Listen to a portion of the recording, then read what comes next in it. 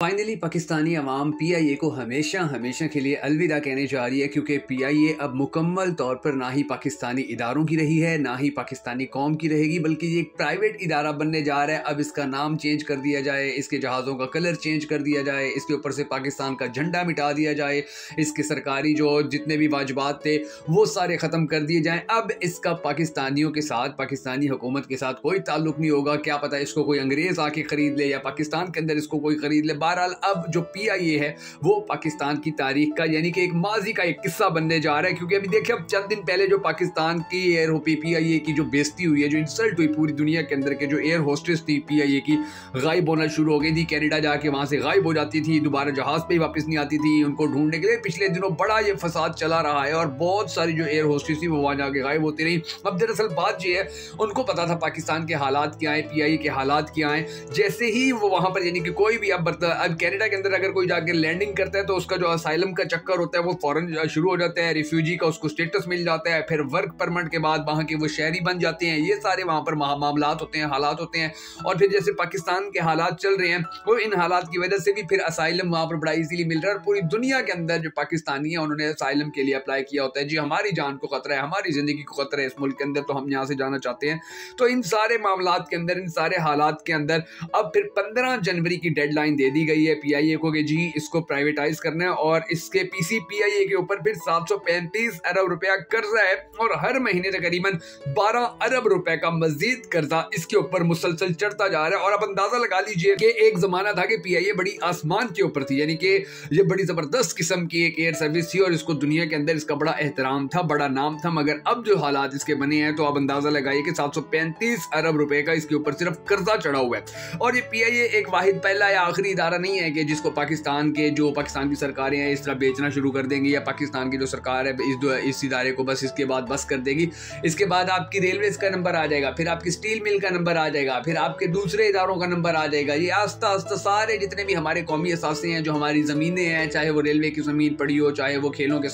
के ग्राउंड्स की ज़मीनें पड़ी हो, चाहे वो रेगिस्तान में ज़मीनें पड़ी हो, कराची में पड़ी हो, लाहौर, फैसलाबाद, जहाँ जहाँ जितनी भी सरकारी ज़मीनें हैं, फिर उनका नंबर आना शुरू हो जाएगा। यानी कि अब पाकिस्तान के अपने इदारे पाकिस्तान के अंदर नहीं रहेंगे, क्योंकि कारोबारी इदारे जो हैं वो सारे घाटे में जा रहे थे। और अब आईएमएफ ने कहा है कि इन सबको ही अब आस्ता आस्ता आप लोग खड्डे लाइन लगाना शुरू करो, इसको बेचना शुरू करो इनको, क्योंकि इसके बगैर हम तुम लोगों को पैसे नहीं देंगे, इसके बगैर तुम्हारे पास और कोई चारा नहीं है। अब आप ये देखिए कि सिर्फ 2 दिन का वक्त दिया गया है कि इसके सारे मामला जो है पीआईए के वो क्लियर किए जाएं और फिर इसको भी पाकिस्तान के दूसरे इदारों की तरह इसको भी प्राइवेटाइज कर दिया जाए, इसको भी बेचा जाए। और फिर इसके बाद जो आईएमएफ की और शराइत है, अभी तो ये शराइत आई ही नहीं है। अभी तो ये आप ऐसे समझिए कि अभी 100 में से सिर्फ 1%, बल्कि 0.1% के ऊपर काम शुरू हुआ है। और ये देखिए कि वो जैसे पहले जीएसटी लगा दिया गया है 12%, 14%, अब उसके बाद ये इदारे जो हैं ये प्राइवेटाइज होने जा रहे हैं। तो इसके बाद जो गैस है, जो पेट्रोल है, जो गंदम है, ये कितने महंगे होंगे और पाकिस्तान के हालात क्या होने जा रहे हैं। थोड़ी सी जो अहम तरीन मालूमात, थोड़ी सी जो अहम आदादोशुमार सामने है आज के इस वीडियो के अंदर, वो मैं आपको बताने जा रहा हूँ। मगर उससे पहले हम सबको अल्लाह तबारक व तआला के हुजूर गिड़गिड़ा कर ये दुआ करनी है कि हमारे पाक परवरदिगार हमारे मुल्क के हालात के ऊपर रहम फरमा, हमारे मुल्क के हालात को बेहतर कर, पाकिस्तान का अगला वज़ीर आज़म उस शख्स को बना के जिससे ये पाकिस्तानी कौम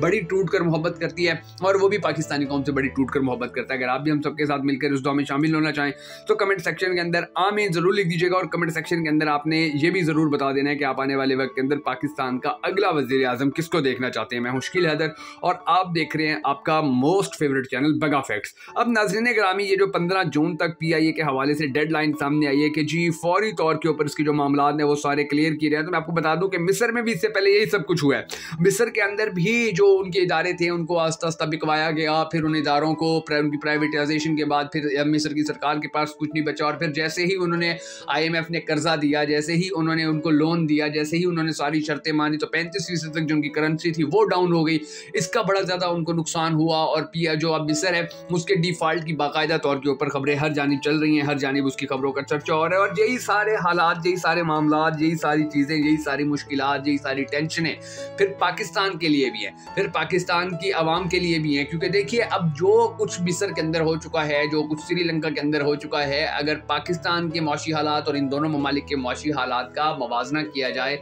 इनकी कंपेरेटिव स्टडी की जाए, तो आपको पता चलेगा कि बड़ी सेम सिचुएशन है, बड़े सेम हालात हैं। और इन हालात और मामलात के अंदर फिर बड़ा मुश्किल हो जाता है किसी भी मुल्क के लिए कि वो आईएमएफ के बगैर चले। और आईएमएफ किसी भी मुल्क को जब कोई चीज दे रहा होता है तो वो उसकी सबसे पहले जड़ें काटता है कि ये अगर आज हमारे मोहताज हैं तो ये आने वाले 100 साल तक, 50 साल तक इसी तरह हमारे मोहताज रहें, इसी तरह ये हमसे भीख मांगते रहें, इसी तरह ये हमारे आगे लेटे रहें, हमारी मुश्किल से मुश्किल तरीन शर्तें मानते रहें और फिर इनके ऊपर सूद भी चढ़ता जाए। यानी कि या तो ये हो ना कि वो शर्तें मान रहे हैं, वो पैसे दे रहे हैं, तो फिर सूद खत्म हो रहा है, पैसे जो कर्जा है वो खत्म हो रहा है, नहीं, फिर सूद भी डबल होता जाता है। और वो जो ममालिक होते हैं, जैसे अब मिस्र है, इसने जितना भी कर्जा लिया वो वापस करते करते बाद में पता चलता है इनको कि जी हम तो सूद ही देते रहे, जो पैसे थे वो तो अभी खड़े हैं, जो असल कर्जा था वो अभी खड़ा है, सूद ही हम सारा उतार रहे हैं। सऊदी अरब भी, पूरी दुनिया भी यही हालात देख रही है। यही ममालिक जो हैं, ये इन सारे ममालिक को पता है कि ऐसे मामला चलते हैं, लेकिन वो भी अब सऊदी अरब हालांकि पाकिस्तान का बड़ा अच्छा दोस्त था, IMF के साथ बात कर सकता था, उनको कह सकता था कि इनके साथ डिस्काउंट करो, इनके साथ रियायत करो, या इनके साथ कोई अच्छा ताल्लुक बनाओ, या इनके साथ कोई मामला सेटल करो, कोई सीधे मामला करो, मगर उसने भी नहीं हमारी सिफारिश के अंदाजा लगाया कि कितने आइसोलेट और कितने अकेले हो गए हैं। अब आप ये देख लीजिए, भारत में जो टाटा इंडस्ट्री है, उनकी टाटा इंडस्ट्री ने भारत की एयर इंडिया खरीदी थी, और जब उन्होंने वो खरीदी तो उसके बाद उसकी उन्होंने हालत बेहतर की और उनके लिए जहाज खरीदे और वहां पर नए लोगों को भर्ती किया। और आज आप ये देख लीजिए कि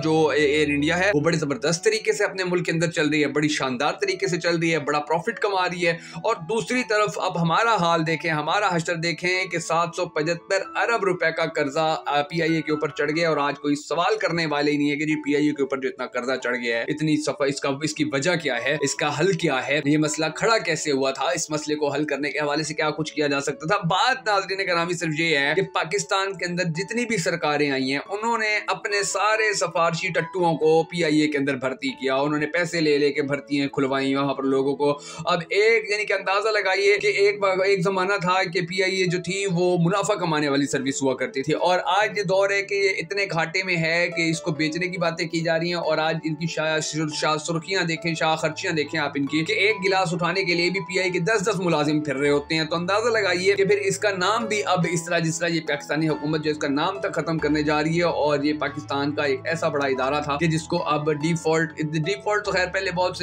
पहले से कर चुका था, अब इसको बाकायदा तौर के ऊपर पाकिस्तानी कौम से छीन लिया जा रहा है, पाकिस्तानी कौम से वापस लिया जा रहा है। और ये जो थी PIA, अब ये जा रही है प्राइवेटाइज होने जा रही है। अब पाकिस्तान ने, आपको याद होगा कि एक जमाने के अंदर एमिरेट्स एयरलाइन बनाई थी, वो भी PIA ने बनाई थी, दुनिया की टॉप एयरलाइन है, उसकी पूरी दुनिया के अंदर इज्जत है, पूरी दुनिया में नाम है, पूरी दुनिया में मकाम है। जबकि आज उसी एमिरेट्स एयरलाइन को बनाने वाली जो PIA, वो जमीन बोस हुई पड़ी है, इसको चलाने के लिए पेट्रोल के पैसे नहीं है। अब इसकी बोलियां लगेंगी और फिर PIA का पाकिस्तान की सरकार से कोई ताल्लुक नहीं रहेगा, फिर PIA जो है वो पाकिस्तान की सरकार की नहीं रहेगी। और IMF जो है वो हमेशा से इसी तरीके से ही मुल्कों के इदारे तबाह करते हैं। सोचेंगे अब एयर ब्लू जो पाकिस्तान के अंदर चल रही है, ये आखिर क्यों घाटे में नहीं जाती है, ये एयरलाइन क्यों नुकसान में नहीं जाती है। इसके अलावा शाहीन एयरलाइन चल रही है पाकिस्तान की, वो घाटे में क्यों नहीं जाती है, वो नुकसान में क्यों नहीं जाती है, सिर्फ PIA नुकसान में क्यों जाती है, क्योंकि PIA के साथ इन लोगों ने जुल्म इतना भी किया है। इसके बाद फिर हमारी अब स्टील मिल का नंबर आएगा, फिर वो असासे सारे बेचे जाएंगे, फिर जो मुनाफे में सरकार हमारे इदारे जा रहे होंगे जी उनको बेचा जाएगा कि जी हमारी जरूरियात पूरी नहीं हो रही, हमें और कर्जा दो। फिर इसके बाद अभी आप ये देखिए कि हम हर साल 75% सूद जो है वो वापस करते हैं, और उसका जो 25% कर्ज का हिस्सा होता है वो वापस करते हैं। तो अंदाजा लगाइए कि पाकिस्तान फिर कितने मुश्किल हालात के अंदर चल रहा है, और इन मुश्किल हालात के अंदर फिर ना सूद वापस हम कर सकते हैं, ना हम कर्जा वापस कर सकते हैं, ना ही हम अपने इदारों को बचा सकते हैं। मिस्र को IMF ने कहा है कि जी वो अपने तुम सारे असासे बेचो, और जब वहां पर वो असासे बेच के वो फारिग हुए तो पता चला जी करेंसी 35% तक नीचे गिर गई है। और ये सूरत हाल अब पाकिस्तान के साथ भी होने जा रही है। और हमारे पास तो नाज़रीन ग्रामी फिर देखें इन्वेस्टमेंट भी नहीं आ रही, हमारे पास बाहर से पैसा भी नहीं आ रहा, हमने IMF के सारे मुतालबात भी मान लिए हैं, हमने अपने मुल्क का बेड़ा भी गर्क कर लिया है, मगर उसके बावजूद कोई भी सोचने के ऊपर ये राजी नजर नहीं आ रहा कि पाकिस्तान के मामलात, पाकिस्तान के हालात, पाकिस्तान की हालत कैसे बेहतर करनी है। देखिए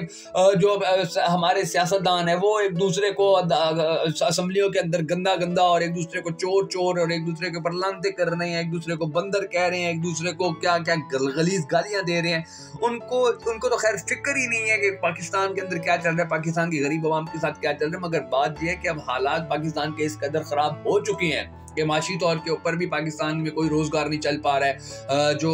या अमन के हवाले से सूरत हाल देखें वो भी बड़ी रोज़ बरोज़ गंभीर हो रही है। हमारी पाक फौज बड़ी कुर्बानियाँ दे रही हैं, बड़ी मुश्किल से वो हालात कंट्रोल कर रही हैं, बड़ी मेहनत कर रहे हैं, बड़ा काम कर रहे हैं, बड़ी वो दिन रात इस हवाले से चीज़ें जो हैं वो बेहतर करने की कोशिश की जा रही हैं। लेकिन उसके लिए फिर इन सारे मामलात को अगर फाइनली देख इनका कंक्लूजन निकाला जाए तो बस वो फिर यही बचता है कि हमारा पाक परवरदिगार हमारे मुल्क के हालात के ऊपर रहम फरमाए। अगर आपको हमारी ये वीडियो पसंद आई हो तो हमारी इस वीडियो को लाइक और शेयर जरूर कर दीजिएगा।